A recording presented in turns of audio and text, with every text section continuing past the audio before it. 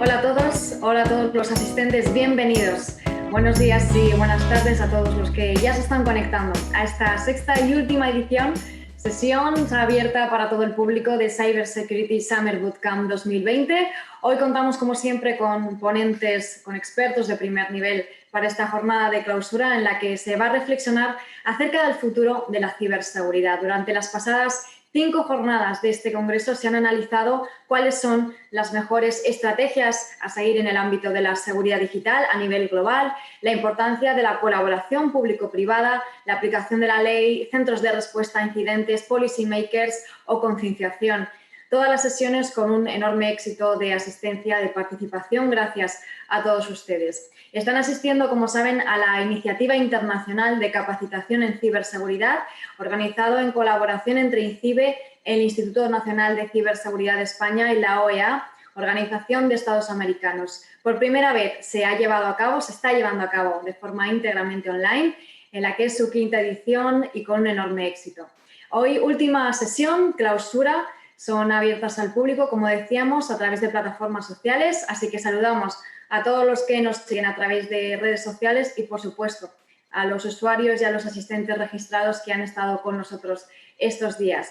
Durante la jornada de hoy vamos a analizar cómo las últimas evoluciones tecnológicas, como la inteligencia artificial, como el 5G, suponen y supondrán nuevos desafíos y nuevos retos, especialmente, y cómo no, en el ámbito de la ciberseguridad.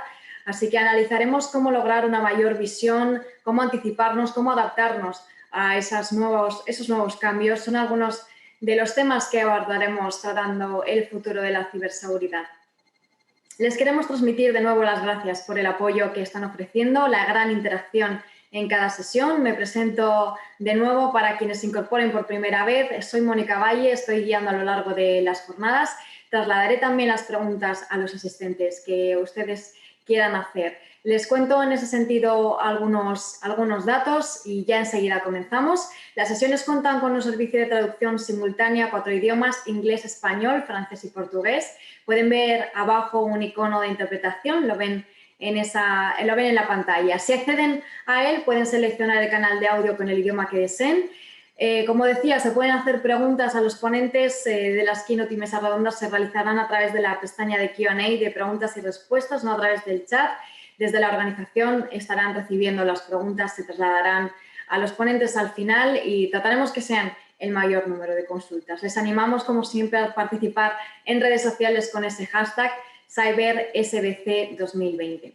Y sin más, comenzamos ya esta sexta y última jornada de CyberSecurity Summer BootCamp con la primera keynote. Es un verdadero honor contar con Carme Artigas, Secretaria de Estado de Digitalización e Inteligencia Artificial.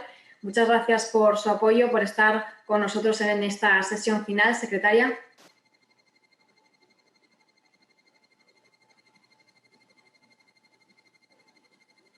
Enseguida la escuchamos. Escucharemos esta primera keynote. Luego tendremos una mesa redonda en la que conoceremos los escenarios de impacto y desafíos de la transformación digital en la ciberseguridad. Secretaria, creo que ya la escuchamos.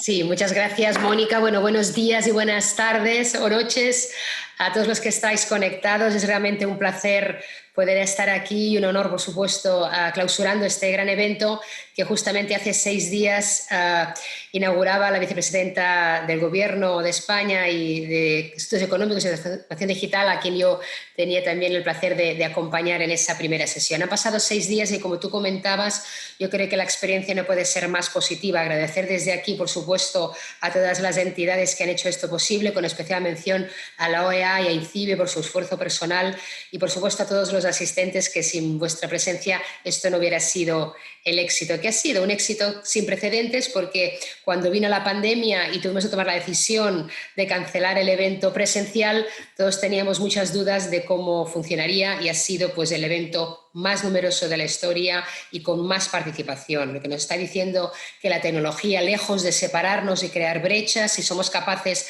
de dotar las infraestructuras y las herramientas y somos capaces de juntar a la gente para que haga su uso, en lugar de ampliar estancias, lo que hace es reducir esas distancias, ¿no? Y acercarnos a todos muchísimo más. Muchas gracias, por tanto, por vuestra participación. Yo quería comentar con vosotros, compartir mi visión de lo que es el futuro a nivel de la digitalización y concretar qué está haciendo nuestro país, qué está haciendo España para anticiparse y prepararse hasta este futuro. Y el futuro, sin duda alguna, es un futuro digital y lo hemos estado justamente comentando ahora. Para que tengáis una idea del impacto económico que supone la digitalización, el Foro Económico Mundial proyecta que en el año 2022 el 55% del Producto Interior Bruto global estará vinculado a la economía digital. Concretamente en España ya sabemos que si la economía digital fuera un sector productivo, sería el segundo sector con más contribución al PIB nacional, con un 19%, solamente superado por la construcción. Por lo tanto, estamos ante un fenómeno irreversible que sin duda alguna ha ido creciendo exponencialmente y que va a sufrir aún una serie de cambios y saltos disruptivos, de la mano fundamentalmente de nuevas tecnologías disruptivas como la inteligencia artificial y el 5G, que van a generar una hiperconectividad sin precedentes, unos retos desconocidos hasta la fecha, millones y millones de máquinas conectadas entre sí con un funcionamiento cada vez más autónomo. Algunos de los estudios, hay muchísimos, apuntan en más de 125.000 millones de dispositivos conectados en 2030, que a la vez generarán millones y millones y petabytes de información y de datos, ¿no? Porque, como sabéis, el Internet de las personas genera muchos datos, pero el 60% de los datos nuevos que estamos generando ya no lo estamos generando las personas con nuestras interacciones con Internet o con las interacciones de las personas entre sí, sino que el 60% de los nuevos datos lo están generando las cosas conectadas a Internet y las cosas conectadas y relacionadas entre sí, lo que llamamos, por supuesto, el Internet of Things. Sabíamos que estos cambios estaban ahí, los sabíamos, los teníamos todos en nuestra hoja de ruta, pero sin duda alguna la pandemia del COVID-19 ha acelerado todos esos cambios. La pandemia es siendo aún, porque no nos podemos olvidar de la situación tan difícil que estamos viviendo todavía muchos países, y me acuerdo especialmente también de Latinoamérica, es uno de los mayores desafíos en los que se ha enfrentado la humanidad en los últimos 100 años. Su impacto sanitario y económico es visible en todo el mundo. No hay un solo, rincón del mundo que no esté afectada por esta pandemia.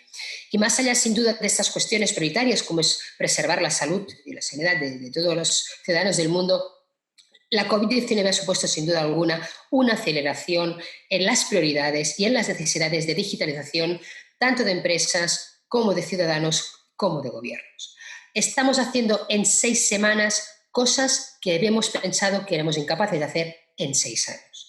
Y estoy hablando del teletrabajo, de la capacidad de la educación telemática y, sin duda alguna, la diferencia entre poder trabajar o no poder trabajar, la diferencia entre poder seguir asistiendo a clase o no asistir a clase y perder la educación, la diferencia entre poderte estar conectado con tus seres queridos o realmente tener una exclusión social ha sido el acceso a la conectividad y a soluciones y aplicaciones digitales, a la vez que la capacidad de nuestra cultura digital.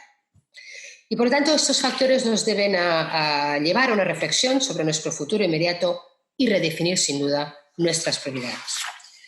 No es un fenómeno nuevo, lo decíamos, y por ejemplo, desde el Estado español venimos invirtiendo muchos años en la digitalización del país, básicamente centrados en 4 ejes, que ha sido el despliegue de redes y servicios, de conectividad, la digitalización de la economía, la mejora de la administración electrónica y la formación en competencias digitales.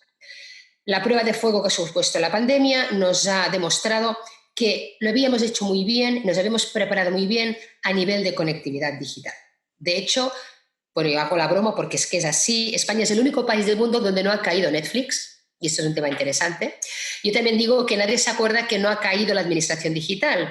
Y yo, que llevo, entre otras cosas, justamente la Secretaría General de Administración Digital, os puedo contar cómo de la noche a la mañana pues tuvimos de enviar a cientos de miles de funcionarios a teletrabajar en sus casas cuando no habían teletrabajado nunca, que pasamos de 5.000 trámites online a 90.000 en 24 horas y cómo la administración también ha tenido que ser capaz de adaptarse y de escalar en estas condiciones tan difíciles. Pero también ha puesto en relevancia nuestros puntos débiles. Y de los puntos débiles que hemos visto que van a ser clave en el futuro, a mí me preocupan básicamente 2, que es el bajo nivel de digitalización de las pequeñas y medianas empresas, de la industria en general, pero con un especial foco a las pymes, y por supuesto el gap que tenemos en lo que son las capacitaciones digitales de la ciudadanía. Aquí hay una brecha, por supuesto, generacional, también hay una brecha de género y también hay una brecha territorial. Y también esta brecha de la falta de capacidad de habilidades digitales es clave para que nuestro país sea competitivo de cara a futuro. Por lo tanto, en este escenario, justamente ahora, mañana era una semana, el presidente del Gobierno anunció públicamente la Agenda Digital España Digital 2025, que es una agenda de país, una política de Estado con características de reforma estructural para el futuro, donde la apuesta importantísima es la digitalización en España con una serie de ejes estratégicos y medidas. Y para poder realizar esta agenda digital vamos a requerir movilizar más de 70.000 millones de recursos privados y públicos. Gracias también a que todas estas medidas están perfectamente en línea al programa de reestructuración y de reconstrucción europea que ha dotado a España en 140.000 millones de euros. Por lo tanto, es una apuesta muy firme que viene dotada de una gran cantidad de presupuesto, tanto privado como público y comunitario, y que está articulado, como os he dicho, alrededor de 10 ejes estratégicos y 48 medidas, reformas e inversiones. Pues bien, uno de estos 10 ejes estratégicos está dedicado a la ciberseguridad y es, por tanto, forma parte de nuestra estrategia de futuro poner la ciberseguridad en el centro de la estrategia de futuro del país. Estos ejes básicamente los voy a resumir. El primero es garantizar la conectividad digital adecuada para el 100% de la población, promoviendo, por lo tanto, la desaparición de brecha digital entre zonas rurales y zonas urbanas. Nos comprometemos a una meta para el 2025, que es que el 100% de la población de toda España tenga una cobertura de 100 megabits por segundo. El segundo eje estratégico es continuar liderando en Europa el despliegue de la tecnología 5G. Esta semana, a través de la empresa pública que también presido, Red.es, terminamos de adjudicar los últimos pilotos de 5G. Vamos a ser el país de Europa con más pilotos 5G, con más casos de uso dedicados a probar no solamente los aspectos técnicos, sino todo los aspectos de impacto en la industria de esta tecnología. Y estamos convencidos que el despliegue de 5G va a aumentar la productividad económica y con ello el progreso social y la vertebración territorial. Nuestra meta para el 2025 es que el 100% del espectro radioeléctrico esté preparado para el 5G. El tercer punto, os lo anticipaba, reforzar las competencias digitales de los trabajadores y del conjunto de la ciudadanía. Esto lo estamos haciendo, coordinando desde Secretaria de España junto al Ministerio de Educación, al Ministerio de Industria, a lo que son todos los servicios de empleo públicos y también, por supuesto, con universidades. Y ahí vamos a abordar desde la educación primaria a la secundaria el necesario upskilling y reskilling de la fuerza laboral, la asistencia a los parados o a los empleados también mayores, seniors, y por supuesto en general elevar las competencias digitales de toda la población. Y nos ponemos como objetivo 2025 que el 80% de los españoles tengan competencias digitales básicas y de las cuales el 50% sean mujeres, porque no queremos que, además de la brecha de género, la brecha digital amplíe esa discrepancia y esa irregularidad. El cuarto, la ciberseguridad. Reforzar la capacidad española en ciberseguridad, consolidándolo como uno de los polos europeos de mayor capacidad empresarial. Y con ello queremos dotar también al mercado de muchísimos más profesionales como vosotros. Nuestra meta 2025 es que haya como mínimo 25.000 nuevos especialistas en ciberseguridad, inteligencia artificial y datos en nuestro país, porque sabemos que todas las grandes oportunidades de generación de empleo cualificado pasan por esas competencias digitales. Y España quiere ser un país de referencia a nivel europeo en ciberseguridad y en ser capaz de proporcionar los mejores profesionales en este campo. Como consecuencia de ello, yo no me puedo obviar de que la transformación digital de un país no es posible si a la vez no se digitaliza y moderniza las administraciones públicas. Y ahí uno de mis principales retos que voy a impulsar directamente es la digitalización de la administración pública y con ello pues, la accesibilidad de todos los servicios públicos de una manera mucho más personalizada y mucho más flexible. Y en ese sentido, una de las metas, entre otras muchas, del 2025 es que el 50% de los servicios públicos disponibles de la Administración General del Estado lo estén desde aplicaciones móviles.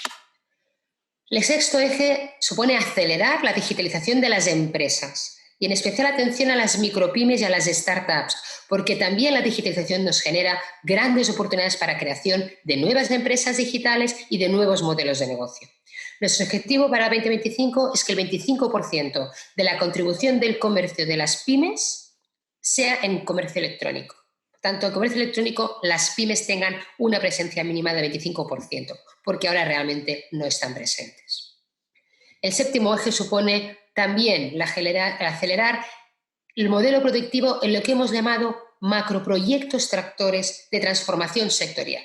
Es decir, podemos hacer muchas actuaciones a nivel horizontal, pero si no centramos el esfuerzo en proyectos que muevan la economía de nuestro país, muchas veces es difícil ver el impacto. Hemos definido una serie de macroproyectos tractores que el hecho de ser los primeros no significa que sean los únicos, pero entre ellos destacamos el sector agroalimentario, el turismo inteligente, la movilidad sostenible y también, por supuesto, todos los temas ecológicos, verdes y de transformación digital. Queremos también, con el eje número 8, mejorar el atractivo de España como plataforma en el ámbito audiovisual. Pensamos que es muy importante recuperar el rol de liderazgo de la producción de contenidos audiovisual que ha tenido España tradicionalmente y en especial los contenidos de nuestra lengua española que nos une y que nos vertebra. También especial mención en lo que yo voy a desarrollar a nivel de inteligencia artificial, lo voy a ver ahora mismo. Queremos que haya un aumento neto en el año 2025, un 30% de aumento en la producción de contenidos audiovisuales en España.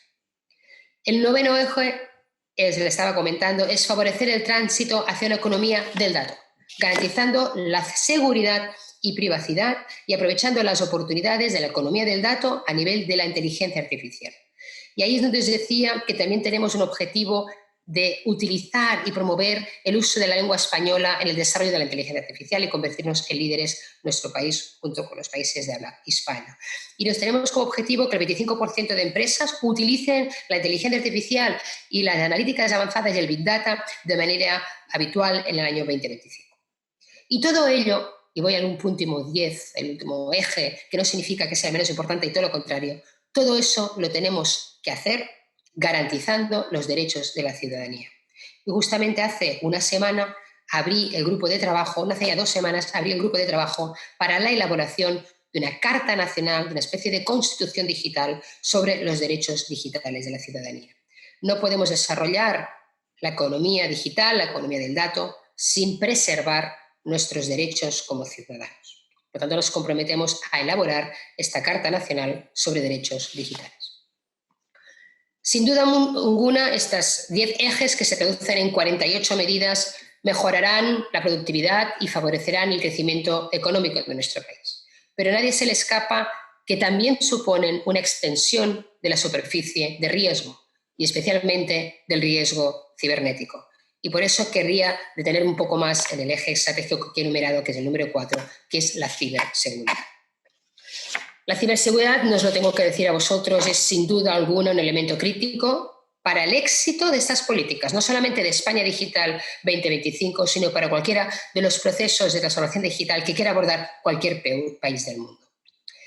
Este proceso, como sabemos, de transformación digital abre enormes oportunidades para el desarrollo socioeconómico, pero al mismo tiempo incorpora amenazas y riesgos en una doble vertiente. El daño causado por los propios incidentes cibernéticos en sí mismo, pero sobre todo el socavamiento de la confianza en el uso de tecnologías digitales. Y eso puede afectar a la adopción por parte de actores económicos y también por la ciudadanía. Estos 2 factores, la protección frente a las amenazas y la generación de confianza, tienen un impacto directo en el desarrollo económico, en los elementos de oportunidad, en cuanto a 3 palancas específicas que quisiera destacar. 1, el impulso del ecosistema empresarial del sector de la ciberseguridad. 2, en la capacidad de identificar y retener y desarrollar talento, lo comentaba antes, un talento no solamente formado por técnicos, sino que también debe incorporar un elenco multidisciplinar de profesiones, abogados, comunicadores, físicos, personas de las ciencias sociales. La falsa división entre ciencias y letras ha desaparecido. Todas las personas que son en los ámbitos sociales deberán incorporar capacidades digitales, pero a la vez también los técnicos en ciberseguridad, los técnicos de inteligencia artificial deberán incorporar pues, la ética, la filosofía y muchos aspectos de usabilidad que tienen que ver con pues las ciencias sociales y también, ¿por qué no?, la etnografía o la antropología. Queremos también fortalecer la ciberseguridad para ciudadanos, para pymes y para profesionales, y extendiendo una cultura de la ciberseguridad entre ciudadanos y empresas. Y ahí, permítanme que destaque la labor que INCIBE lleva haciendo desde muchos años, justamente en concienciar de los riesgos de la ciberseguridad, pero también en dar herramientas para protegerlas. Por eso, en España Digital 2025 incluimos medidas como la línea de ayuda a ciberseguridad, impulsada por INCIBE, los instrumentos de ciberseguridad para ciudadanos, pymes y autónomos y la extensión de programas de emprendimiento y de startup. Y además, quiero anunciar que España ha hecho una apuesta muy potente para que la ciudad de León albergue el futuro Centro Europeo de Ciberseguridad. Hemos presentado nuestra candidatura, esto, como sabéis, es como el Comité Olímpico, hemos presentado nuestra candidatura olímpica y ahora tenemos que ver si pasamos a la siguiente fase, pero nuestro objetivo es apostar por la ciberseguridad en España como polo de atracción a nivel europeo y también, y eso sí que es 100% nuestra responsabilidad y lo vamos a hacer, vamos a desplegar un centro de operaciones de ciberseguridad de la Administración General del Estado de manera conjunta con todos sus organismos. Por lo tanto, estamos hablando de un futuro que en el entorno disruptivo que nos acompaña es un futuro que está aquí, es presente.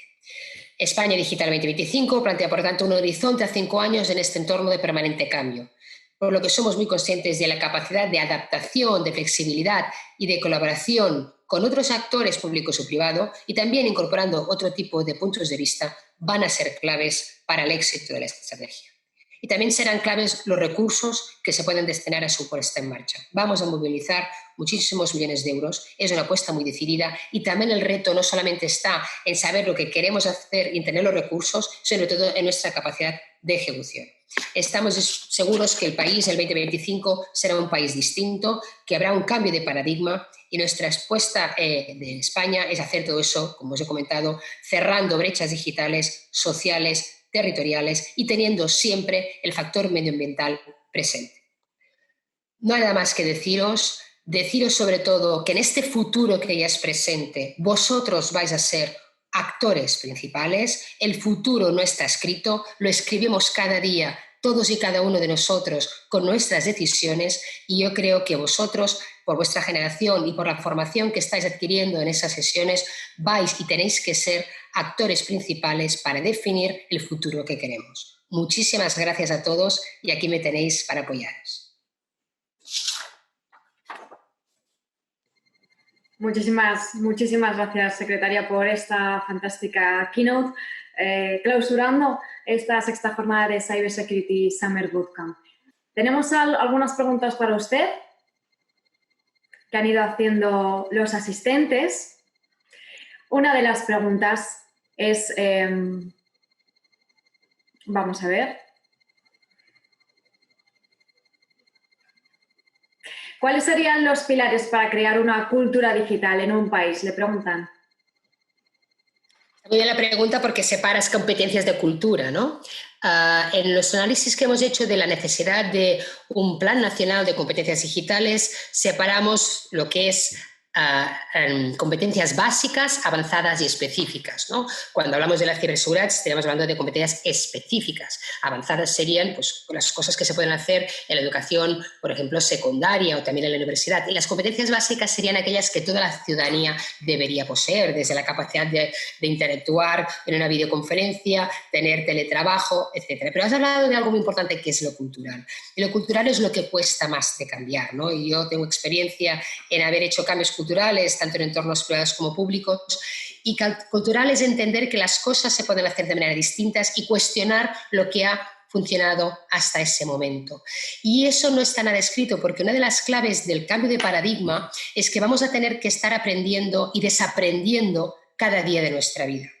Lo que cuesta más no es aprender, sino justamente desaprender. Dar por buenas aquellas cosas que hasta ahora nos funcionaban y que han dejado de funcionar. Entender que quizá la persona que sabe que está en la organización no es el que sabe más porque no es el que tiene más accesos a los datos y quizá no tiene que saber más de todo, sino saber cosas distintas, como por ejemplo sacarle partido al talento de las personas. Las organizaciones cada vez van a ser más flexibles, las decisiones se van a detener de tomar en red y ahí cuestiona algunas de las diríamos, estructuras jerárquicas tradicionales organizativas. El cambio cultural significa abrazar la tecnología como nuestro día a día, sin tener miedo a ella. Y el cambio cultural también supone abrazar la diversidad y entender que para que las organizaciones funcionen deben ser capaces de resolver problemas complejos. Y los problemas complejos se resuelven con soluciones complejas. Y las soluciones complejas se resuelven integrando personas diversas y múltiples inteligencias. Y este es, sin duda alguna, el reto que tenemos de afrontar como países y como organización. Y para eso hace falta un liderazgo inclusivo y también la capacidad de reaccionar ante el cambio. Preguntan también si está accesible ese Plan España Digital 2025, que efectivamente sí, ¿verdad? Sí, en la web del Presidencia de Gobierno, en Moncloa, y también en la web del Ministerio de Asuntos Económicos vais a poder encontrar lo que es el documento completo y un resumen ejecutivo de estos ejes de actuación y de estas medidas. Pero ya os anticipo que justamente en un mundo que os decía que es disruptivo y que vosotros estaréis familiarizados como yo con las metodologías ágiles, que a nadie se le escape que es imposible en el año 2020 definir todo lo que va a pasar hasta el año 2025, ni que tuviéramos una bola mágica, ¿no? Por lo tanto, esta estrategia está pensada para irse revisando también periódicamente, para ir viendo lo que funciona y ajustando las medidas y, cómo no, para incorporar aquellos ejes de actuación o medidas nuevas que la tecnología nos va a obligar a adoptar y la evolución nos va a obligar a tener que incorporar. Lo vamos a dejar aquí por tiempo. Muchísimas gracias de nuevo, Carme Artigas, Secretaria de Estado de Digitalización e Inteligencia Artificial, por haber estado con nosotros, por su tiempo, por haber estado de nuevo en este CyberSecurity Summer BootCamp después de esa inauguración en la que también estuvo presente. Muchas gracias, de verdad, por esta fantástica keynote con tantos datos tan importantes, como bien decía usted, acerca de estos temas que no podemos perder de vista y no se están perdiendo de vista. Muchas gracias a todos y que paséis una última feliz jornada. Gracias a todos. Muchas gracias, muy amable. Continuamos. Como siempre, muchísimas gracias a todos nuestros asistentes por esa gran participación, por todas las preguntas. Como siempre, lamentamos no poder tener tiempo para responderlas todas aquí en directo, por lo menos.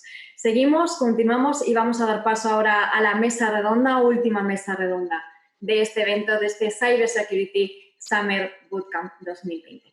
En este panel se van a tratar los escenarios de impacto y desafíos de la transformación digital y en la ciberseguridad de ciudadanos, de empresas y de gobiernos. Voy a pasar a mencionar a los invitados de esta mesa redonda para que vayan conectando las cámaras, para que lo tengan todo preparado. Veo ya conectado a nuestro moderador, Belisario Contreras, gerente del Programa de Ciberseguridad de la Organización de Estados Americanos. Belisario, muchísimas gracias por estar aquí en esta mesa redonda, por moderarla. Contamos gracias, también... Mónica, muchísimas gracias. Muchísimas gracias. Sadie Creese, profesora de Ciberseguridad de la Universidad de Oxford. Hi, Sadie.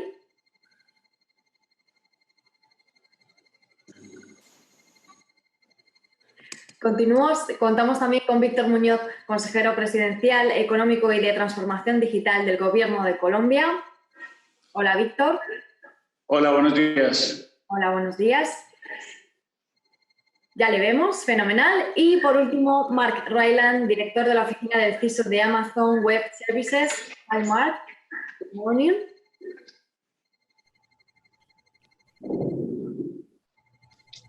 Bueno, les vemos a todos. Hello. Hi. Good morning, good afternoon, good evening, everyone.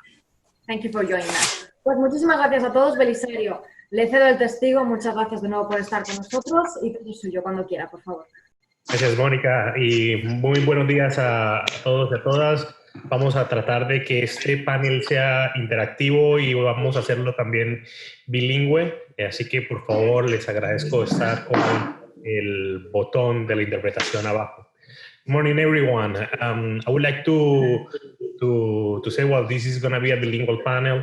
I just want to mention that on behalf of the OEAS and personally, I'm very pleased and honored to have today here with us Víctor Muñoz, who is one of the top leaders in the region, and he and the Presidency of Colombia have been doing outstanding work over the past year, but especially during the COVID-19 crisis, like Victor has led also the development of an application that is one of the most downloaded in the country and the region. So it's an honor to be that he's with us today. We also have Sadie. Sadie is an old colleague and friend as well. And she is one of the most recognized experts on cybersecurity in the United Kingdom. And also she has given contributions to cybersecurity, especially to the work through the cybersecurity capacity maturity model. The OAS and the IDB also launched a report a few days ago, and it is also engaged with the World Economic Forum on quantum computing. She has been with the web for several years, and she's also working on projects related to IoT. And Mark, he's the head of security at AWS. With AWS, as you know, it's one of the top lead companies on cloud. AWS has been also fundamental for several countries, and I would say governments and private sector, and of course citizens, on how the COVID-19 and the process of getting up to speed on digitalization over the past months. With that, I thought it was important to recognize the work and everything that these experts and their institutions are providing to the strengthening and fostering or development of cybersecurity in the respective countries and around the world. I would like to start with quick questions. Let's start with Victor. I would like to ask Victor and all the panelists, what have you seen as the major challenges during the COVID-19 that you have observed that can have an impact on cybersecurity? What are the scenarios you foresee in the case of Victor in Colombia, in the case of Sadie in the UK and the world, and Mark as well? What do you see for the private sector? What are the scenarios you foresee in a post-pandemic world? What actions are you taking? I would like also to ask Victor about the recent OAS and IDB cybersecurity report. This of course, a section dedicated to Colombia. What is your reflection of this assessment that the OAS and the IDB? To Sadie, you are working on IoT and quantum computing, as I mentioned before. How do you think this technology could impact or will impact our lives? What actions do you believe need to be taken into consideration for its useful application to benefit society at large? And Mark, besides the previous question, I would actually also ask you to think, how can the cloud adoption could help governments with different cybersecurity maturity? You know, we just released the report based on a CMM. So how these countries that probably they're in an initial stage and those that are maybe in a more advanced stage can reach their goals. With that, Victor, I will once again thank you and give you the floor. Thank you so much, Belisario. I just have one question, is that my answer is in Spanish or is in English? However you prefer. We have interpretation to 4 languages, so you can do it in Spanish okay. and in your native language if you want. Ok, entonces voy a comenzar con la primera parte de la pregunta y es en términos de cuáles son los retos que nosotros hemos tenido como país en términos de COVID y obviamente muy enfocado en términos de ciberseguridad. Entonces lo primero, y voy a mencionar algunos números, nosotros pasamos de no tener educación virtual, por así decirlo, teníamos 9.5 millones de estudiantes en la educación presencial, a en términos de 3 semanas tener un modelo virtual donde pues eso generó una serie de retos en términos de ciberseguridad. Yo creo que las imágenes en el mundo frente a personas que entraban en plataformas que eran gratuitas y compartían imágenes obscenas o accedían a los momentos en que se estaban discutiendo los programas académicos, aparecieron y para nosotros fue fundamental poder garantizar que esa continuidad del proceso de aprendizaje se diera, y es uno de los mayores retos que hemos enfrentado durante esta pandemia, y es cómo dar contenido digital a más de 9 millones de estudiantes, 80.000 contenidos curricularizados que han venido accediendo desde diferentes lugares del país, con los retos que tenemos en términos de conectividad. Nosotros tenemos hoy el 54% del país en banda ancha, tenemos cobertura en más del 70%, y nos ha tocado pues hacer combinaciones con formación también con radio y con televisión. El segundo gran issue que se ha presentado es, lanzamos un programa muy fuerte de subsidios donde hemos llegado a 3 millones de hogares adicionales. ¿Y por qué menciono esto? Porque una vez lanzamos este gran programa, pues aparecieron las páginas de suplantación de información, páginas que capturaban información, evidentemente pues para hacer tipos de fraudes, y lo que hicimos fue pues precisamente trabajar con prevención de ciberseguridad, con el C4, que es el centro cibernético con el que trabajamos aquí en Colombia, campañas de divulgación y de prevención a los usuarios para que no cayeran en estas trampas de entregar información a cambio de subsidios, porque esto era algo que se estaba haciendo desde plataformas que suplantaban direcciones oficiales del gobierno.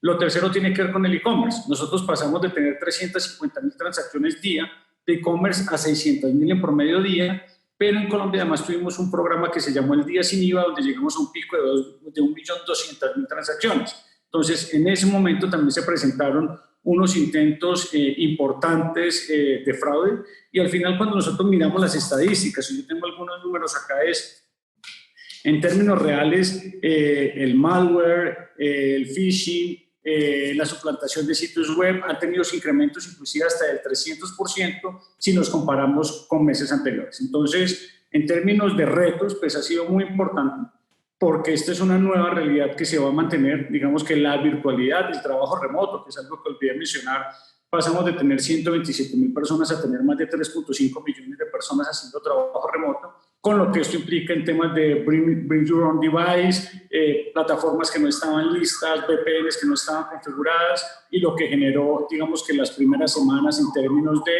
continuidad de negocio y acceso a información. Entonces, dicho todo esto, en términos de los grandes retos que ha enfrentado el país, pues el mensaje ha sido desde la perspectiva de ciberseguridad, y afortunadamente que Colombia ha venido trabajando de la mano de la OEA de tiempo atrás en cómo tener unas políticas de ciberseguridad, pues hemos logrado actuar de manera rápida y preventiva en muchos de los casos. Las otras preguntas me imagino que las dejo para una segunda ronda. ¿O sí? Sí, ¿qué piensas de pronto de lo del reporte? ¿Cómo ves tú esa radiografía? El reporte es muy importante. Nosotros en el reporte tenemos una mejora pues, frente a la medición anterior. ¿Qué indica el reporte? Y para nosotros es muy importante, y la primera reflexión es, y como lo hemos discutido varias veces con la OEA, acá lo fundamental es el trabajo colaborativo, el trabajo de esos CECIR sectoriales, la participación del sector privado en los esquemas preventivos. Nos toca seguir insistiendo en precisamente tener esa coordinación en tiempo real, tener esas políticas totalmente definidas, y formación de capital humano, que es donde seguimos teniendo una brecha muy importante, y donde el reporte posiblemente menciona que tanto en lo público como en lo privado seguimos teniendo un faltante en talento. Con eso hemos venido trabajando en programas como el de Cyber Women Challenge, donde se hace precisamente esa formación para poder tener y entrenar mayor recurso, mayor capacidad. Hemos avanzado en el tema de protección de infraestructuras críticas. Tenemos obviamente y estamos mucho más fortalecidos en lo que teníamos frente al tema de políticas, porque pues hemos venido trabajando de manera conjunta, pero sí nos falta el accionante, y el accionante es tener esa operación continua, y eso pues lo evidencia el informe. Pero para nosotros es muy importante, porque es que el informe nos muestra esos gaps que permanentemente pues tenemos que estar evaluando, pues para poder tener políticas para poder avanzar. Gracias, Víctor. Sadie, please, if you want to share your thoughts, it would be great.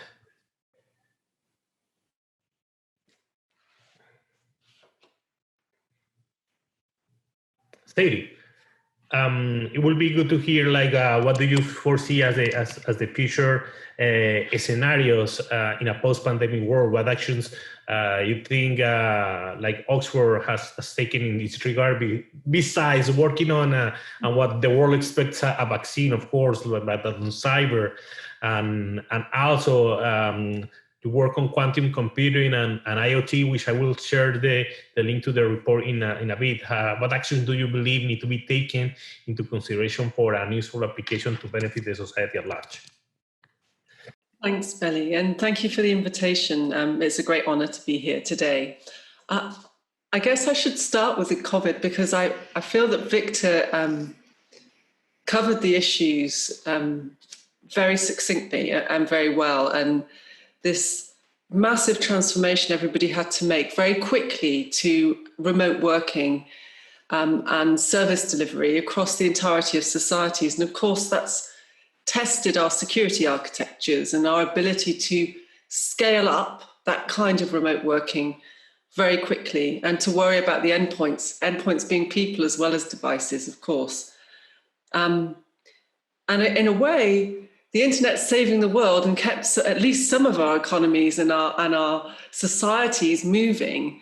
And so when we reflect upon post-COVID, certainly one thing's for sure, we need to focus on resilience in the future because we have seen a massive growth in threat in the face of COVID, not just exploiting human vulnerability to attack because so many people are spending so much more time online, not just in the growth in malware and fraud, but also in specific targeting of assets that are growing in value online. And if you're involved in researching vaccines, you won't have failed to notice the amount of attacks around the world that are going on against those kind of institutions. If something like this were to happen again, or something that were to test the world's resilience to a point where we would have to very quickly move everything online again, we can expect our dependency on the internet to be tested and harmed. And so what I imagine that we'll be doing as a community is focusing very hard on understanding systemic cyber risk, aggregation of risk in cyberspace, and how we are actually all interdependent, because if we face such a challenge again, we will undoubtedly face some more sophisticated threats. So we see that happening. What we've been doing in Oxford, of course, is, well, we were lucky operationally, we were already built to work a lot remotely. And of course, we have very lively security teams that are watching the threats. But in terms of our research, in addition to things like vaccines, in the computer science and the security capacity space, we've been doing things like, we already had plans to consider whether you can come up with a global model of systemic cyber risk, do better in understanding how risk is aggregating across societies, across supply chains. And we've literally brought forward the timeline. So we have started that earlier than we were expecting to, because we can see that actually it's going to be needed, this kind of capability to foresee these kinds of things. And in the Capacity Centre, we have stood up a program to actually study and listen to people's experiences around the world, and we'll be hoping to work with the OAS and your community so that we can aggregate knowledge on what worked really well in terms of this massive scale up online, what was more challenging, how we can learn lessons across the globe from each other, and to share that in terms of policy and advice. When we look to beyond COVID-19 and other kinds of future challenges, you mentioned quantum computing, the Internet of Things. Certainly where we're taking the research now is we are thinking about how these emerging risks need to be taken account of when we look at benchmarking national cybersecurity capacity. So what would a country need to be able to do in order to properly anticipate how their risk environment might be changing to ensure that they have what they need at their fingertips to deal with that. If I focus first on quantum computing, of course, we know that what will happen is it will absolutely transform the way in which we do computation and algorithms. And what that means, as you know, I'm sure, is that we will literally be able to solve computing problems we cannot solve today. massive opportunity in, for example, drug discovery and vaccine discovery, but also predictions of large complex systems such as weather events, financial market movement. It will undoubtedly revolutionize again the world of machine learning, and that will make all of those systems much more predictive and accurate in their capabilities. Any kind of task that involves simulation and modeling of large data or data crunching is going to benefit. And of course, from a cybersecurity perspective, that does deliver some challenges, because certain aspects of what we do right now, we do depend upon the difficulty of the problem being impractical for an attacker to solve, like cryptography. And that's why there's been so much investment in quantum resistant crypto. So new algorithms that will stand up to quantum computers trying to break them. Another common tool that we use, passwords. Well, it's hard enough for a lot of people to remember passwords today. Can you imagine how complex a password will have to be in order to be resistant to a quantum computer breaking it? So there'll have to be all sorts of new technologies and new systems put in place to help us do the same kinds of cybersecurity we do today in the face of quantum worlds. We think it's going to be a reality. We can certainly see the quantum resistant crypto tools coming to the marketplace already. So it is something that we will, as a global community, need to keep a watch on. Because if you imagine overnight, if you are in charge of digital for a country and somebody phones you up at 5 a.m. and says, we've just found out somebody very bad that would like to attack our systems has access to this quantum computing technology, every single piece of data that is encrypted with an algorithm that is not quantum resistant is now vulnerable. Everything we ever encrypted. And if you imagine about all the stuff we've encrypted historically that we literally have stored, that will become vulnerable overnight too, as will all of the passwords if they're not properly secured and of appropriate complexity and protected by the new quantum resistant crypto. So we have operational challenges. We've been studying most recently the industrial Internet of Things because we can see that this is going to revolutionize all process control environments, transport, modern cities, carbon reduction, energy efficiencies, all of that kind of thing. And we have been considering how the dynamics are going to change in cyberspace. New big data, faster, quicker processing, lots of interactions between devices, and what that might mean for operational cybersecurity. And we have identified a number of issues. They actually relate quite closely to what I was just saying around COVID-19, and some of the most significant ones being in that area of interdependency and actually how these things connect down through supply chains. And we have produced a foresight report making some recommendations as to what we should all be doing together in order to start preparing for that future so we can take advantage of those technologies which are underpinned by the move to 5G and the like, as well as cloud. And hopefully at the end of this session, you'll be able to share the URL because we've had that report translated into Spanish and we're happy to launch that today. And we really hope that people participating in the bootcamp will take the opportunity to read that. And if anyone was interested in working with us moving forward, we would like to hear from you. And I guess my final word is this, that when we have been working as a community on the benchmarking of nations' national capacity, and OAS have been a lead player in making sure that we gain real value from the insight of benchmarking nations. Oh, thank you for sharing that. Where we're moving now is we're thinking about, okay, when nations have priorities, and sometimes those nations' priorities are around threat, and sometimes those priorities are going to be around economic opportunity, as we heard from the Secretary of State for Spain and their new Digital Spain Vision 2025. Cybersecurity will be a pillar in there. But they're not doing cybersecurity for its own sake. They're doing cybersecurity because they see the future of the Spanish economy and the wealth of the society and prosperity as being contingent upon success in data and cyberspace.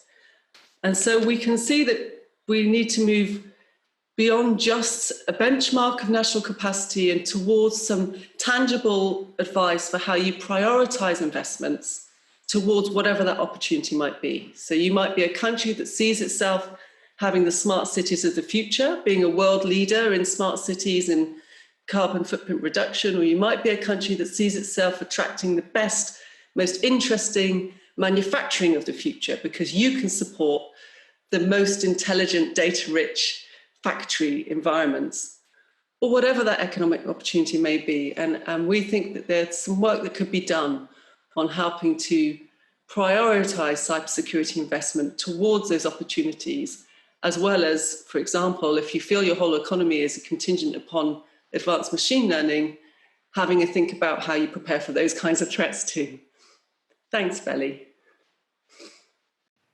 Great. No, thank you, Sadie, for this great intervention. Mark, would you mind sharing your thoughts? I'd be happy to. Again, thanks for including me and Amazon Web Services in your very interesting panel today. So let's talk initially about the COVID-19, some of the impact. I'll start with the Amazon experience. Like many companies and many organizations and agencies globally, we had to make a big shift to work from home, of course. Most of our employees who build and operate our cloud platform can operate virtually. We're have large software organizations, software engineering teams and operations teams that can work. We do work logically all the time because they're operating a massive global infrastructure and doing that, of course, through networks and through secure connections. In the end, though, even cloud still has physical reality to it. And so there were some changes that were required to operate our data centers. Now, our data centers do not require huge numbers of employees. They're operated in a very lean and mean fashion, if you will. But we did make some adjustments in terms of physical presence, breaking things down into cells and teams so that there was less chance of transmission of disease. In the case someone got sick, we could isolate just a smaller group. We stopped a lot of the physical presence that was typically there, but not absolutely necessary. And of course, supply chain was a challenge, but we survived that well. We were able to maintain a good flow of equipment and capability. We're constantly growing, so we're constantly delivering servers and networking gear and so forth to our data centers. And we needed to do that to meet the demand. So that's kind of a little bit about the Amazon experience, but that also blurs into the ability that we have with the cloud technology to serve the larger community in the world. And that's been a real success story. Lots of customers going into more virtual work, ramping up their online presence with more, for example, VPN technology, lots more video conferencing. We saw a very large increase in global internet traffic. It's funny, there's a pattern in internet traffic typically in which the peak usage is actually in the evening for video streaming and personal pursuits. But what happened during the pandemic is that the networking usage began to spike in the morning and sustain throughout the working day and then into the evening. So the maximum usage didn't increase a lot. But the curve sort of flattened. So instead of being lower in the business day and then peaking in the evening, we saw an early peak around the globe during the workday, going into the evening as well. So in general, the network held up pretty well. The internet did pretty well. There were some last mile congestion problems with local ISPs and delivery. The backbone, however, did well. But we did have to increase capacity very rapidly. We saw in general about almost a 40% increase in outbound traffic from our cloud platform over a 2-month period, as primarily it's mostly going to be the video streaming use cases that really spiked during that time. We were able to meet that capacity demand and customers had a great experience. So it's a good example of how the general move across the industry towards cloud computing and the agility, the elasticity of these platforms can be really, really beneficial. So kind of moving into your second question and thinking about how governments and enterprises use cloud. Again, it's a global trend. It's happening rapidly. I think this experience of COVID-19 will accelerate that transition. Cloud is very much a democratizing technology. It's a technology which allows smaller, less sophisticated organizations to get access to some of the best technology more easily then traditionally only the most sophisticated organizations would be able to access. And so we really, we enjoy participating in that process of greater access to sophisticated technology with medium and small businesses, with smaller governments, government agencies. Of course, there's still work to be done. There's still training and skills that have to be developed.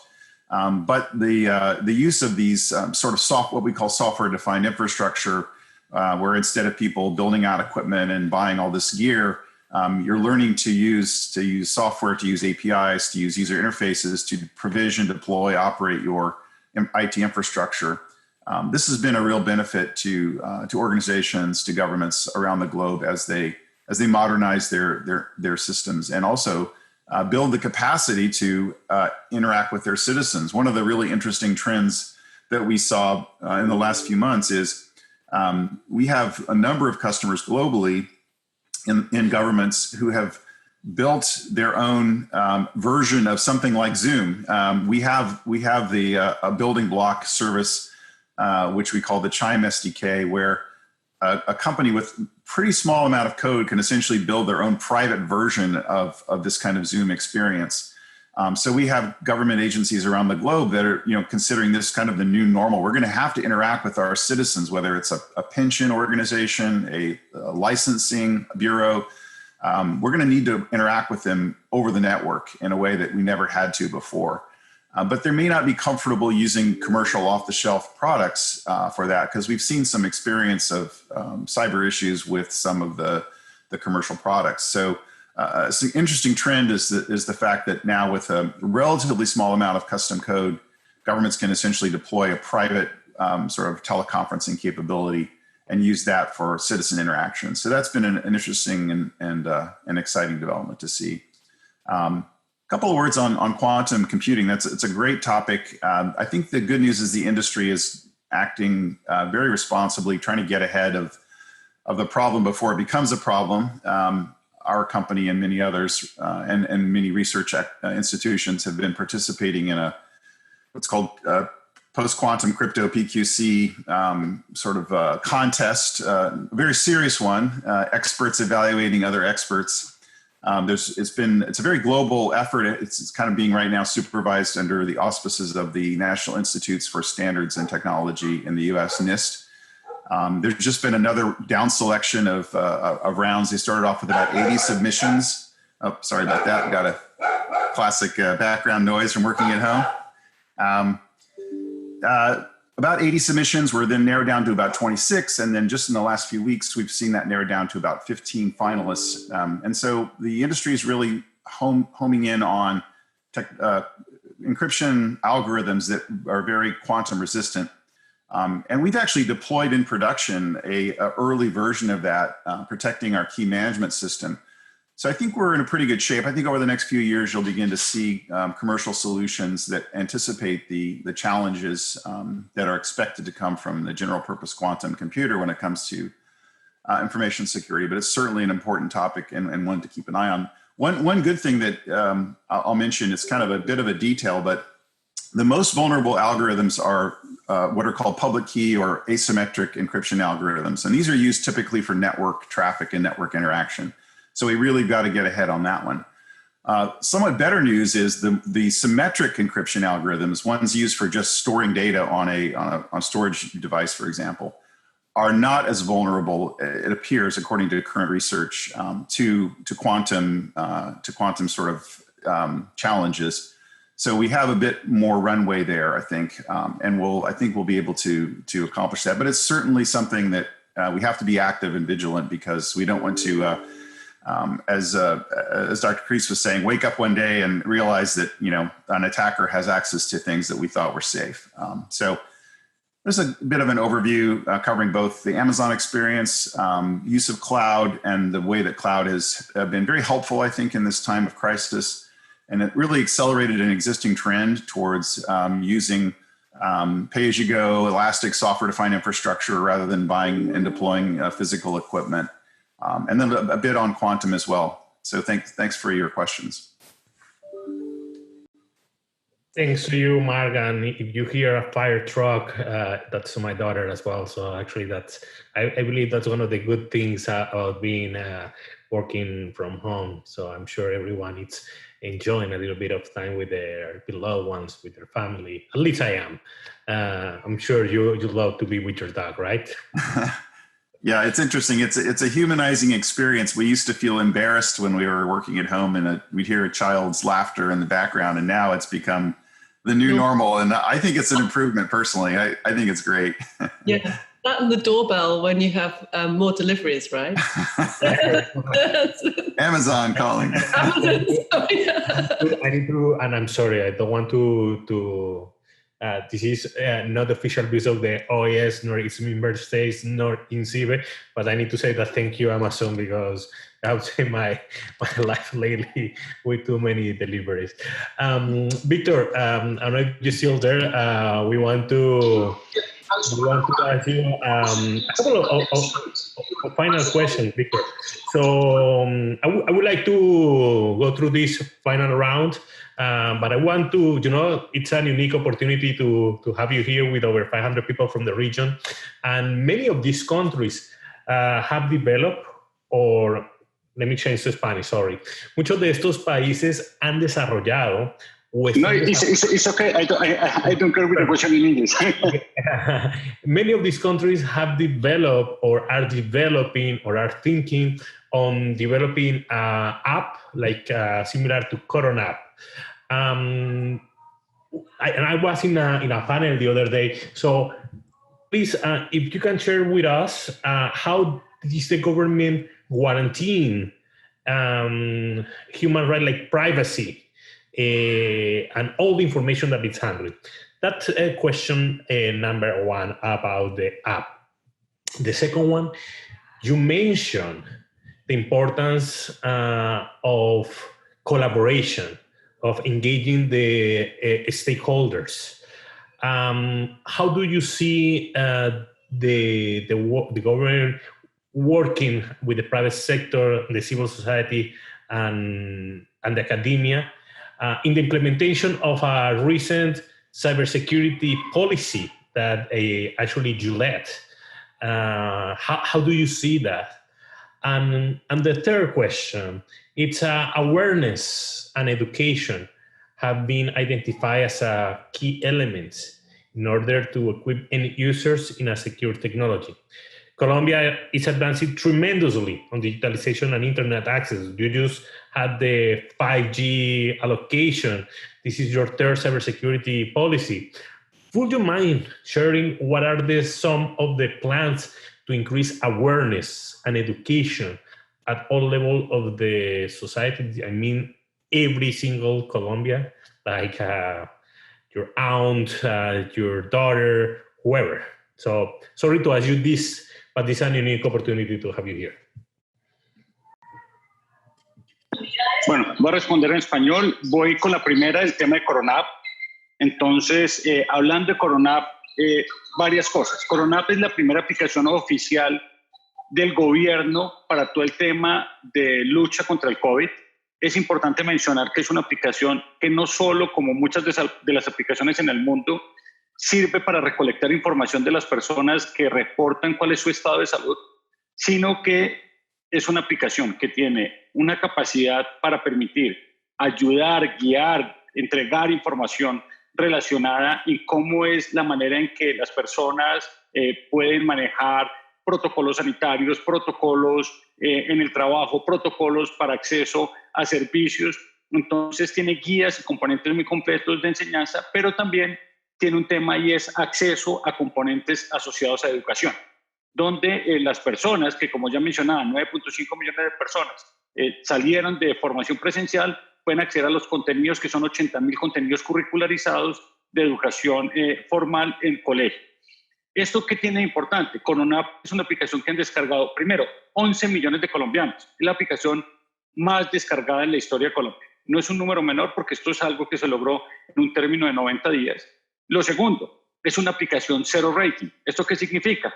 Que las personas que navegan a través de Corona, bien sean usuarios que utilizan servicios postpago o prepago, pues no tienen que pagar por el uso de estos datos. Esto es fundamental porque esto es una iniciativa que precisamente permite que los más vulnerables tengan acceso a ese tipo de información. En Colombia existen más de 30 millones de dispositivos smartphones, dispositivos inteligentes que usan de alguna manera esa información. Como el tema de ciberseguridad y como el tema de habeas data es una discusión en el mundo, lo primero es, esta es una aplicación que no es obligatoria, es voluntaria. Lo segundo, cumple con todos los estándares en términos de habeas data y de GDPR, y es la información que se encuentran, para qué va a ser utilizada la data. Segundo, es una aplicación que le pertenece al Instituto Nacional de Salud, por lo tanto el tratamiento de la información que allí se entrega corresponde al tratamiento de datos en salud, permite que la información que se recolecta solo pueda ser utilizada con propósitos sanitarios, ninguna otra entidad del Estado tiene acceso a información. Y lo más importante, una vez terminada la pandemia, se tienen definidos cuáles son los protocolos para la destrucción de la data, una vez se hayan pasado los procesos de análisis estadístico que el Instituto Nacional de Salud realizará sobre ellos. Entonces es muy importante porque además no solo cumple todo el tema de protocolos y reglas en términos de protección de datos personales, sino que ya también en términos de ciberseguridad, pues tiene capas de autenticación, tiene modelos de logueo, restricción, doble llave de autenticación. Está obviamente pues sin contar la arquitectura, pues porque eso permitiría, digamos, los análisis. Tiene un tercero experto que es quien hace la certificación de vulnerabilidades de la plataforma. Entonces permanentemente estamos trabajando porque entendemos que los datos de las personas son un bien muy importante y que si bien la salud es un bien fundamental, tenemos que combinar estas dos situaciones. Frente al tema de cómo es el trabajo con el sector privado, entonces a mí me gustaría mencionar varias cosas. Primero, nosotros creamos un consejo privado digital, un consejo asesor digital con el que estamos trabajando durante toda esa época de la pandemia, pero además tenemos un consejo asesor gremial digital también. Entonces, ¿eso qué significa? Que 31 grandes empresas de tecnología y 15 gremios que tienen de alguna manera interacción con temas tecnológicos, desde temas de economía digital, telecomunicaciones, ciberseguridad, han venido trabajando con nosotros en la construcción, uno, de una hoja de ruta de cómo enfrentar todo ese tema durante la pandemia, pero dos, también de cómo va a ser el post-pandemia con todo lo que tiene que ver con reactivación económica. ¿Qué es fundamental? Mencionar cómo fue ese proceso de construcción de la política pública de confianza y seguridad. Nosotros con la OEA y arrancamos hace más de un año a trabajar en lo que era esa política que nos va a regir para los próximos años. Hace unas 3 semanas se aprobó el COMPES, es el COMPES de seguridad y confianza digital, donde incluye todos estos componentes, donde los privados hacen parte de la construcción de estas soluciones, donde el intercambio de información, como lo mencionaba hace unos ratos en mi primera intervención, donde la construcción de las soluciones es fundamental, que en conjunto haya intercambio de información entre el CECIR financiero, el CECIR de utilities, el CECIR de telecomunicaciones, el Colcer, porque esto es un tema que nosotros tenemos que resolver de manera conjunta. Y en el tema de formación, y en el tema de fortalecimiento, y en el tema de cómo prevenir, pues estamos trabajando de manera permanente en campañas de socialización con los ciudadanos. Estamos trabajando también en formación, en construcción de capacidades. Más allá de entrenar personas en el componente de ciberseguridad, también estamos formando al ciudadano en la importancia y la responsabilidad del uso de los datos que ellos tienen. De qué tan importante es cuando se ingresa a un sitio, de cuando se comparte información, de cómo se maneja una fake news. Digamos que esto hace parte de toda una política de prevención, hace parte de una política de colaboración, pero también hace parte de una estrategia con infraestructura, con plataforma, con intercambio de datos, con interoperabilidad, para poder tener una política de confianza y seguridad digital en el país funcionando de manera articulada. Muchas gracias, Víctor, por tu intervención. No sé si tú te tienes que ir, si te tienes que ir te despedimos, si no, vamos a una ronda más. Sí, no, yo me tengo que ir porque yo tengo una conferencia en el web donde intervengo en un par de minutos. De verdad, muchísimas gracias por la invitación. A INCIBE el agradecimiento también. Hice parte de la misión que estuvimos con la OEA justo antes de comenzar la pandemia y estuvimos precisamente hablando de la importancia del intercambio de información, de cómo es fundamental tener una política, pero también tener las herramientas para poder trabajar de manera articulada entre el sector público y el sector privado, y muy importante la colaboración entre países en todo este tema de ciberseguridad y ciberdefensa. Gracias, Víctor. Por favor, extiéndele mis saludos a Marisol y a Diego allí, grandes y excelentes colegas, todo el trabajo que están haciendo por la región. Muchas gracias nuevamente, Víctor, por estar aquí. Muchas gracias. Mark, so we'd like to ask you, and maybe we can close and interact with the public a little bit. You know, there is an environment of increasing digitalization by the public and the private sector, including SMEs, which for us, it's really, really important because they are one of the main cores of the economy. They represent a lot for the GDP. And, you know, there are also a lot of women that rely on SMEs. So it's the whole engine for the world and for the society. What are your thoughts about the importance of education, especially for the future generation of professionals? You know, I would like to ask you also a little bit about AI. We already talked a little bit about quantum, about IoT, but I would like to ask you about artificial intelligence and all this emerging technology that Amazon, you know, is investing, and I'm sure will continue to invest a lot of resources. I know I always talk to my colleagues at AWS, and the first thing about AI is Alexa, but we understand that it's more than Alexa. How this technology and how your company will be taking into account these issues? So the floor is yours. Thank you.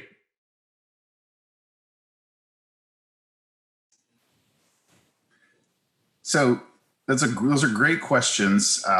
And I think the question about the subject matter expert and the need for education is really, really key. We have been working hard for the last few years to develop mechanisms for increasing that outreach and that ability to educate experts. We have a whole program we call AWS Educate. I encourage the viewers to look into that, awseducate.com. So it's basically a combination of a learning platform, a networking tool to enable experts to meet other experts. It's a way of sharing curricula. So computer science professors, you join this community and they share some of their courses and their learning materials. And there's whole learning tracks and paths through the Educate platform so that in the end, the student will come out with a certificate and various kinds of specialization. So for example, the cybersecurity specialization has been a real important one and it's received a lot of interest and usage lately. And that's been exciting to see us being able to reach a new generation of experts so we can build for serving the cybersecurity needs of the world as we go forward. And speaking of machine learning is probably the second most popular learning track in our Educate platform. That's a really valuable new set of skills around data science, machine learning. As you know, machine learning has really seen a new renaissance in the last few years. It's interesting because if you look at the computer science behind machine learning, it's been around for a while. There's some of the core algorithms invented 10 or 20 years ago or more. But what was really lacking were two things. First of all, data trumps algorithms. The more data you have, the better the algorithms will operate, even where two algorithms might otherwise, one might be superior, but if you feed the less superior algorithm a lot more data, it will actually outperform. So aggregation of very large data sets, which is characteristic of the cloud era, is really creating this explosive growth in that field. And similarly, you need a lot of computational power. And that's another thing that's really exploded in the last few years. The use of GPUs, graphical programming units. Ironically, a lot of this high-end GPU technology was really invented and enhanced for the purpose of 3D graphics and for gaming. So you can thank the gamers of the world for powering the economic engine that invented some of the most powerful and high performance GPUs, which are now used for use cases that have nothing to do with gaming or graphics. But they do have the ability to process data in extremely parallel fashion. And so that's resulted in a really important new era, if you will, for machine learning, the combination of the computational power that people need, access to that power through cloud platforms, and then massive data sets. Now you're really beginning to see that expand across every possible field, all the way from, yes, as you mentioned, everyday use cases like Alexa or other voice recognition, voice response systems, to data recommendation systems. Amazon.com, for example, has done a huge amount of work in the machine learning era to enable people to shop for clothing online. Think about that. It's a difficult problem. You have to represent a three-dimensional object, a person, in a way that you can be somewhat certain that what you send them is going to fit them well and look good on them. And so it turns out that you can apply machine learning technology to help really improve those scenarios. But again, being in a security role myself, what's near and dear to my heart is the use of machine learning in the security realm. So that's been a big boon for security professionals to begin to use those tools to look for patterns, to look for anomalies, to recognize things that were really hard to detect before, to see that signal in a large amount of noise. And machine learning is now a critical part of many of the tools that we operate and the tools that we provide to customers with some of our cybersecurity services. And that enables a much more accurate calling out of the key indicators that a human must look at and investigate. We can automate a lot of that as well. But in the end, one of the big problems for the cybersecurity professional, it's called alert fatigue or alarm fatigue. You get so many indicators, there's something wrong, most of which are not correct. And after a while, you just start saying, okay, whatever, you don't pay attention. And then that one critical indicator that really indicates something serious is happening will get lost in the noise. And that's where the computers can really help us filter out the noise and recognize the key combinations of factors which lead to a real security incident, where we can either automate the response in many cases, or we can get the human actors with their high judgment involved very early and quickly in order to deal with the issues as they arise. Thank you, Mark. Mónica, creo que ya estamos llegando ahora sí a la recta final. No sé si tenemos alguna pregunta. Efectivamente, contamos ya con preguntas, pues como siempre, como no podía ser de otra manera, con muchas preguntas, la verdad. Vamos a comenzar. Una de las preguntas es, ¿a través de qué medios podemos llegar a las instituciones o personas que no ven esa importancia de la ciberseguridad que hemos estado hablando? Sadie, so I think this will be good for you to start. Oxford has a partner or supporter the implementation of the CMM. I think it's over 60 countries now. You might have the right number on top. So what do you see citizens could get into the governments and the companies to address these cybersecurity issues? And Mark, from your perspective, from the private sector, it would be good to actually get your point of view. What would you expect from citizens, and how do you think that transformation could happen? So Sadie, why don't we start with you? Yeah, thank you. Yes, it's a really brilliant question. I think we're getting close to 80 countries now between us around the world. Quite something. The importance, I guess, in a way, we're talking about getting cybersecurity mindset to the population at large. So we're not talking about cybersecurity professionals. We're talking about the people who are running our cafes, building the SMEs that you were talking about before, that are going to be clients of Mark's company. And to a certain extent, we want them to be mindful, careful, resistant to social engineering, manipulative attacks, emails that will encourage them to give away credentials, and to be able to purchase good services from data companies that will have cybersecurity packaged in and automated. What we find is, as we look around the world, that there's many different kinds of culture, but good indicators that the mindset's being achieved will be, you will see a debate in the national press. You will see people discussing this, evidence of cybersecurity being present in people's minds. And when we see countries that have are quite advanced in that, then we will see business leaders as well as educators, pillars of civil society, including these kinds of activities, helping people, offering services, free educational packages, helping their employees protect themselves at work, and explaining how they can go and protect their families and their local communities. And as soon as you see that kind of pushing it into the DNA of the cultural action, then we see a rise in capacity. Mark, any thoughts? Those are great comments. I agree with all those perspectives. It's interesting. It's always the case that no matter how fancy the technology gets, we still need humans to exercise good judgment. And we, for example, don't expect people to be able to drive safely without training. But we have historically been a little naive about using computer systems and just assumed that there was no training or building up of skills or judgment required. And I think it's very clear now that that's got to be a critical part of our educational systems, our government agency, employment scenarios, private enterprise.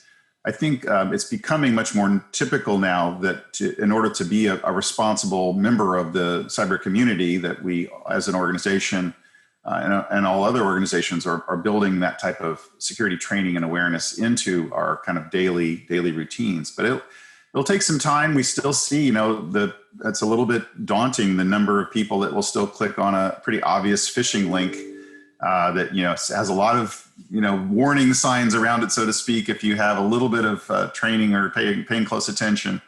But I think we're getting better. We continue to see some gradual declines in people making kind of the most obvious mistakes. And the technology community, I think, is continually making improvements, small improvements, incremental improvements, in filtering out, for example, major emails, systems which will essentially flag or warn much more clearly, or just simply not allow you to click on links with them when they know that they lead to a site that's been flagged as a malware site or some kind of a attacker site.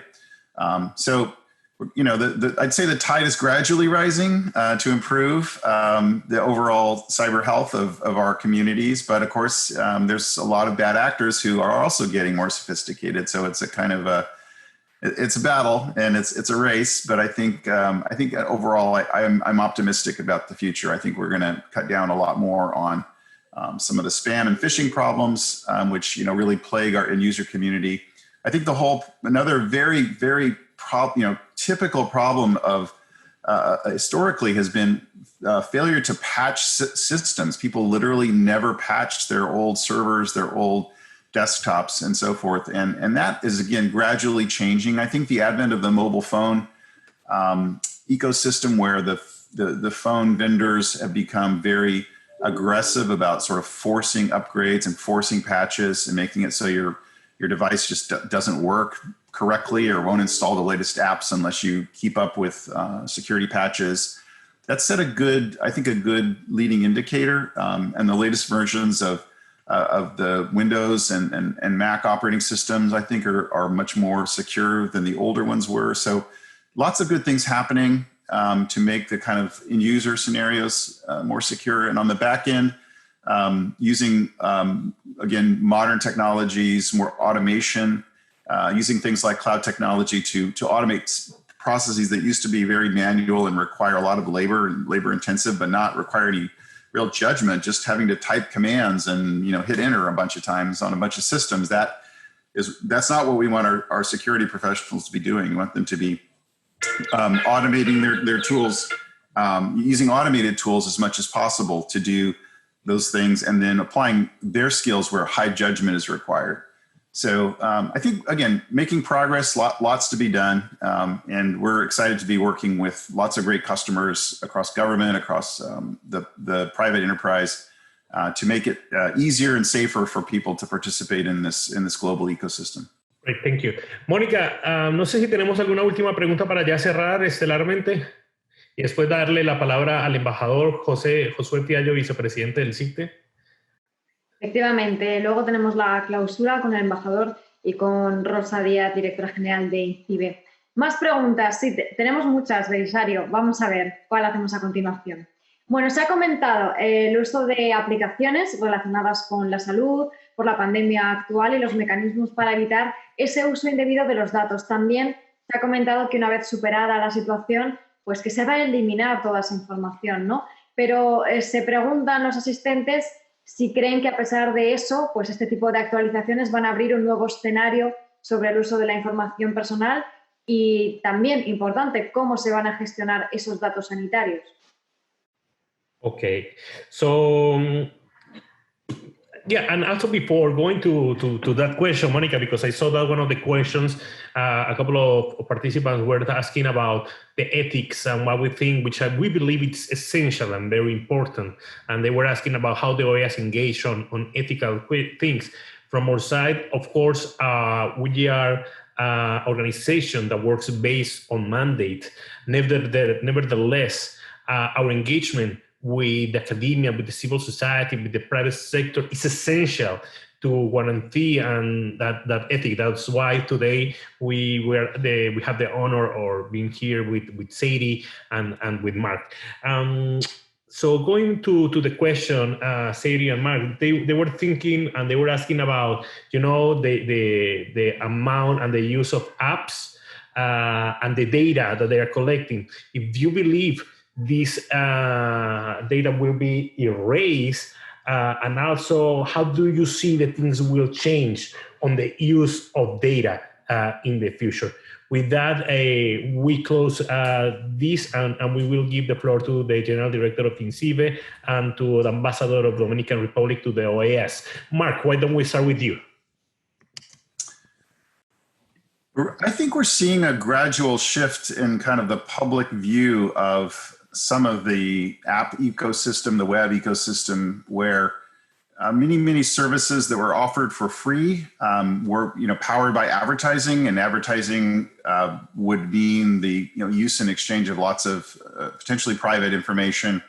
And I think people are beginning to wonder whether that might not be the best way forward. And so I think you're beginning to see the rise of alternative technologies, alternative approaches that emphasize more privacy and personal choice, and a little bit of a decline, I would say, in the interest and the slowing of the growth of the world in which services are provided in exchange for for quote unquote for free, but really the user's behavior becomes essentially a product that's sold. There's nothing wrong with that, and if it's done well and with the right user consent, it's been a successful model, and lots of good has been accomplished by the provision of the free services in an advertising-supported way. But I think as we go forward, we have to begin to think as a community about, as the interest in privacy and the realization that privacy is a very fundamental human right, as that grows, we're going to need to come up with better mechanisms which enable people both to get the kinds of services they want and they need, but in a way that gives them more control, more visibility. And that's, I think, an evolving landscape. But I think the future will involve more control, more privacy for end users and consumers. And their data, I think, will continue to be, there'll be a trend towards better protection of that data. Great, thank you, Mario. Sadie, final words of this panel and almost of this bootcamp to you. Thank you. Thank you, and Mark, that was a really brilliant intervention. I look forward and I hope for a future where people demand more say over their data. And I think we should all be mindful of the fact that consent has to be informed for it to be real. And one of the problems we've had historically is that we've operated with blanket consent that's lasted forever. And people literally forget what they've done. And they don't really know where their data is. And so I hope we move towards a future where things are simplified and that people really engage with it, they share it, it will have higher value, and that we will still see the same kind of creativity and innovation around digital services, but do so in a way where individuals are participating in a really meaningful sense. And I think that what we heard around Colombia's attitude towards what they have launched in their the COVID app was really positive, and some of the considerations that were being given to the kinds of principles that need to be adopted when we collect data, when we use data, the conditions under which we should make promises about no longer using it. So I'm really optimistic. Thank you. Sadie, once again, thank you very much for your friendship, for your support. It's very, very important for us. We really mean it. And thank you also to all the team over there at Oxford. Mark, thank you very much as well for all the support, and to our colleagues from AWS that also are here with us participating as attendees. Great session. I would like to then give the floor to Monica, who will also introduce to the General Director of INCIBE and Ambassador Piaggio. Thank you, Belly. Thank you, Mark. Bye. Muchas gracias a todos. Muchas gracias a todos los ponentes, por supuesto, Belisario, por esta fantástica moderación de este último panel ya de CyberSecurity Summer BootCamp. Damos paso, sin más, a la clausura. Estamos deseando escuchar a los últimos participantes ya desde CyberSecurity Summer BootCamp 2020. Como bien decía Belisario, contamos con la presencia del embajador José Fiallo, vicepresidente de CICTE, representante permanente de la República Dominicana ante la Organización de los Estados Americanos. Tenemos ya por aquí, contamos, por supuesto, con Rosa Díaz, directora general del Instituto Nacional de Ciberseguridad, INCIBE, de España. Buenos días, buenas tardes a ambos. Buenas tardes. Buenos días. Bueno. Embajador, por favor, comenzamos con usted. Muy bien, muchas gracias. ¿Me escuchan bien? Le escuchamos perfectamente. Muy bien. Muy bien, distinguida señora Carme Artigas, Secretaria de Estado de Digitalización e Inteligencia Artificial. Distinguida señora Rosa Díaz, Directora General del Instituto Nacional de Ciberseguridad de España, INCIBE. Distinguidos representantes de Estados miembros y observadores ante la OEA. Estimados participantes, Comité Organizador de INCIBE y demás asistentes de la 5ª edición del CyberSecurity Summer BootCamp. Muy buenas tardes a todos y a todas.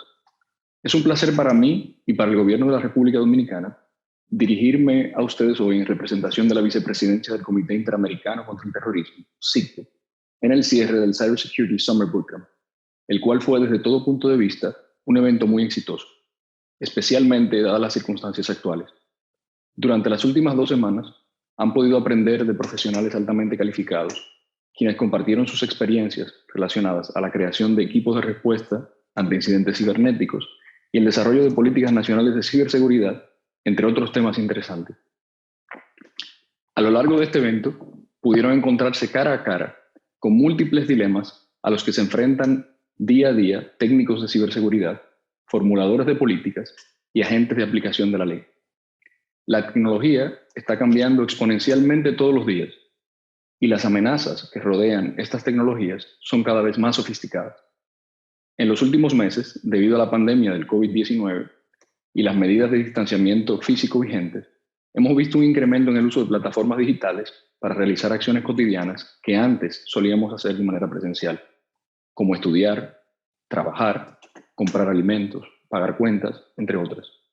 También vemos cómo múltiples organizaciones, incluyendo a la OEA e INCIBE, así como compañías, escuelas e instituciones de educación superior, han tenido que reinventarse, adaptándose a la situación actual con la ayuda de plataformas digitales para que todos puedan continuar trabajando, prestando servicios y estudiando de forma remota. Si bien la tecnología nos trae múltiples beneficios, nuestra creciente conectividad y dependencia de las plataformas y servicios basados en Internet ha aumentado significativamente nuestra exposición a las ciberamenazas.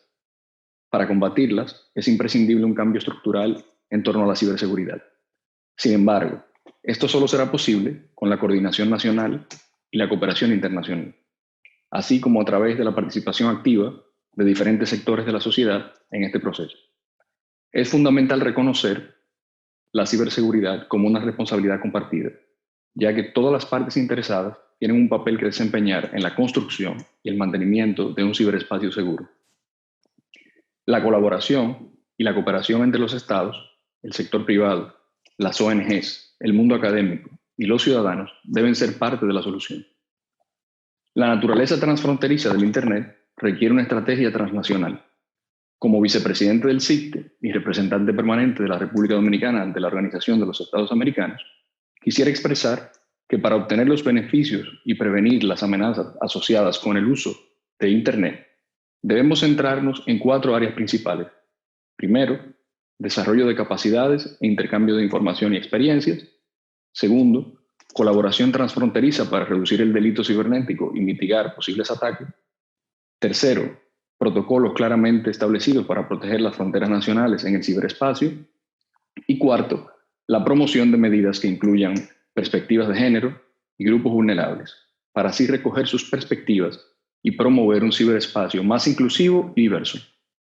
Finalmente, pero no menos importante, me gustaría felicitar a todos y a todas por su energía y agradecer a los ponentes y panelistas por participar activamente y compartir sus experiencias. También quisiera recalcar la gran convocatoria que tuvo este evento a lo largo de 2 semanas, con más de 1000 participantes en las sesiones abiertas y alrededor de 700 asistentes en las sesiones cerradas. Cabe destacar el carácter internacional de este evento, ya que contó con la participación de representantes de más de 50 países diferentes. Al integrar profesionales de diversos países del mundo, esta iniciativa pretende promover el intercambio de experiencias entre los participantes, formar una red de conocimiento y promover la diversidad en el campo de la ciberseguridad de las Américas. En un mundo interconectado, donde las amenazas cibernéticas adquieren mayor complejidad y dinamismo, esta red de conocimiento y contacto resulta clave en la lucha contra la ciberdelincuencia y el ciberterrorismo. Por ende, es imperativo fomentar la colaboración y cooperación en materia de ciberseguridad. En nombre del CICTE, permítanme concluir agradeciendo al Instituto Nacional de Ciberseguridad de España por el apoyo en la organización de este evento, al igual que al equipo que ha hecho que este encuentro sea posible. Nuestro más profundo agradecimiento a los donantes y al equipo de trabajo de la OEA, quienes facilitan este tipo de iniciativas, en especial a los gobiernos de España y Canadá, por su continuo apoyo y colaboración. Esperamos que todos hayan tenido un CyberSecurity Summer BootCamp muy exitoso. Muchas gracias.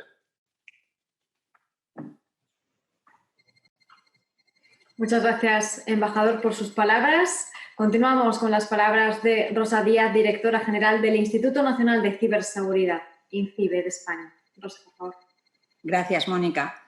Carme Artigas, secretaria de Estado de Digitalización e Inteligencia Artificial, embajador Josué Fiallo, vicepresidente del Comité Interamericano contra el Terrorismo, resto de autoridades, señoras y señores. En primer lugar, darle las gracias al embajador Fiallo por sus palabras. Buenos días, buenas tardes a todos, según el lugar del mundo desde el que nos estén siguiendo. Como saben, desde su nacimiento en 2016, el CyberSecurity Summer BootCamp siempre ha buscado la excelencia para desarrollar las capacidades de ciberseguridad de los profesionales que trabajan o trabajamos para elevar la seguridad de ciudadanos, empresas y gobiernos en el ciberespacio. Y ese objetivo, ese compromiso colectivo, también ha estado presente en esta 5ª edición. La COVID-19 está suponiendo un reto para todos, desde el punto de vista de la salud, en primer lugar, desde el punto de vista económico y, por supuesto, desde la perspectiva de la ciberseguridad. En este escenario tan complejo, la OEA e INCIBE tuvimos claro desde el principio que era más necesario que nunca mantener este espíritu del Summer. Aunque este año no hemos podido realizar todas las actividades de formación en el formato que anualmente las veníamos realizando, ni les hemos podido recibir en la ciudad de León, estamos muy agradecidos por la enorme respuesta, interés y participación que han mostrado en estas 6 jornadas virtuales. Sin duda, es un estímulo para volver el año que viene con más fuerza a celebrar con normalidad el evento en esta maravillosa ciudad. Quiero agradecer especialmente a la vicepresidenta tercera del Gobierno de España, Nadia Calviño, y a la secretaria de Seguridad Multidimensional de la OEA, Farah Urrutia, por el interés que demostraron en la celebración de estas jornadas con su participación en la inauguración. Por supuesto, a nuestra Secretaria de Estado de Digitalización e Inteligencia Artificial, Carme Artigas, por su apoyo y también por compartir hoy la visión de España en este horizonte digital 2025. Por supuesto, quiero agradecer enormemente a los ponentes de primer nivel que nos han acompañado en estas jornadas a través de sus keynotes y paneles. Todos han superado las expectativas que nos habíamos marcado para este evento. Gracias por su valioso tiempo y por todo el conocimiento que nos han transmitido. Gracias también, por supuesto, a todos los participantes en estas jornadas. Esperamos que los temas abordados, los puntos de vista y la calidad de los contenidos les sean de utilidad para su trabajo, para enriquecer sus conocimientos y, en definitiva, para mejorar sus capacidades de ciberseguridad. Gracias por su respuesta ante un evento que, como señalábamos antes, no hemos podido realizar de la manera presencial que nos hubiera gustado. No quisiera olvidarme de las personas que han trabajado en los últimos meses para hacer posible este evento. A todas las personas de la Judicatura, Fiscalía, fuerzas y cuerpos de seguridad, ejército, ministerios y organismos internacionales. Gracias por creer en este proyecto desde el primer momento. Gracias a la Universidad y a la Ciudad de León por su apoyo en esta y en otras ediciones. Y gracias especialmente a la Organización de los Estados Americanos por su colaboración y el trabajo codo con codo en el desarrollo de esta y de otras iniciativas, por el compromiso con los objetivos comunes y por la confianza renovada año tras año para seguir buscando la excelencia en las colaboraciones que realizamos. Y, por supuesto, gracias a los equipos de la OEA e INCIBE, que han trabajado muy intensamente estos días y son el corazón y los pulmones que permiten que el CyberSecurity Summer BootCamp mantenga esta salud de hierro año tras año. Sin vuestro esfuerzo, dedicación y entrega, nada de esto sería posible. Todas las quintas ediciones de un evento son siempre especiales y, sin duda, las circunstancias han provocado que no hayamos podido celebrar esta efeméride como nos habría gustado, pero al mismo tiempo hemos conseguido convertir las adversas circunstancias en una enorme oportunidad. Para finalizar, tal y como ha dicho nuestra Secretaria de Estado, la tecnología, lejos de separarnos, reduce distancias y nos acerca a todos mucho más. Este año, más de 1.000 personas de 62 países a través del registro y también en las 2 jornadas abiertas han podido participar en este evento. Esto supone un récord de participación y al mismo tiempo nos lanza el guante de la importancia que lo digital debe adquirir en todo lo que hacemos. Recogemos este guante y les emplazamos a todos hasta la próxima edición del CyberSecurity Summer BootCamp 2021. Muchas gracias.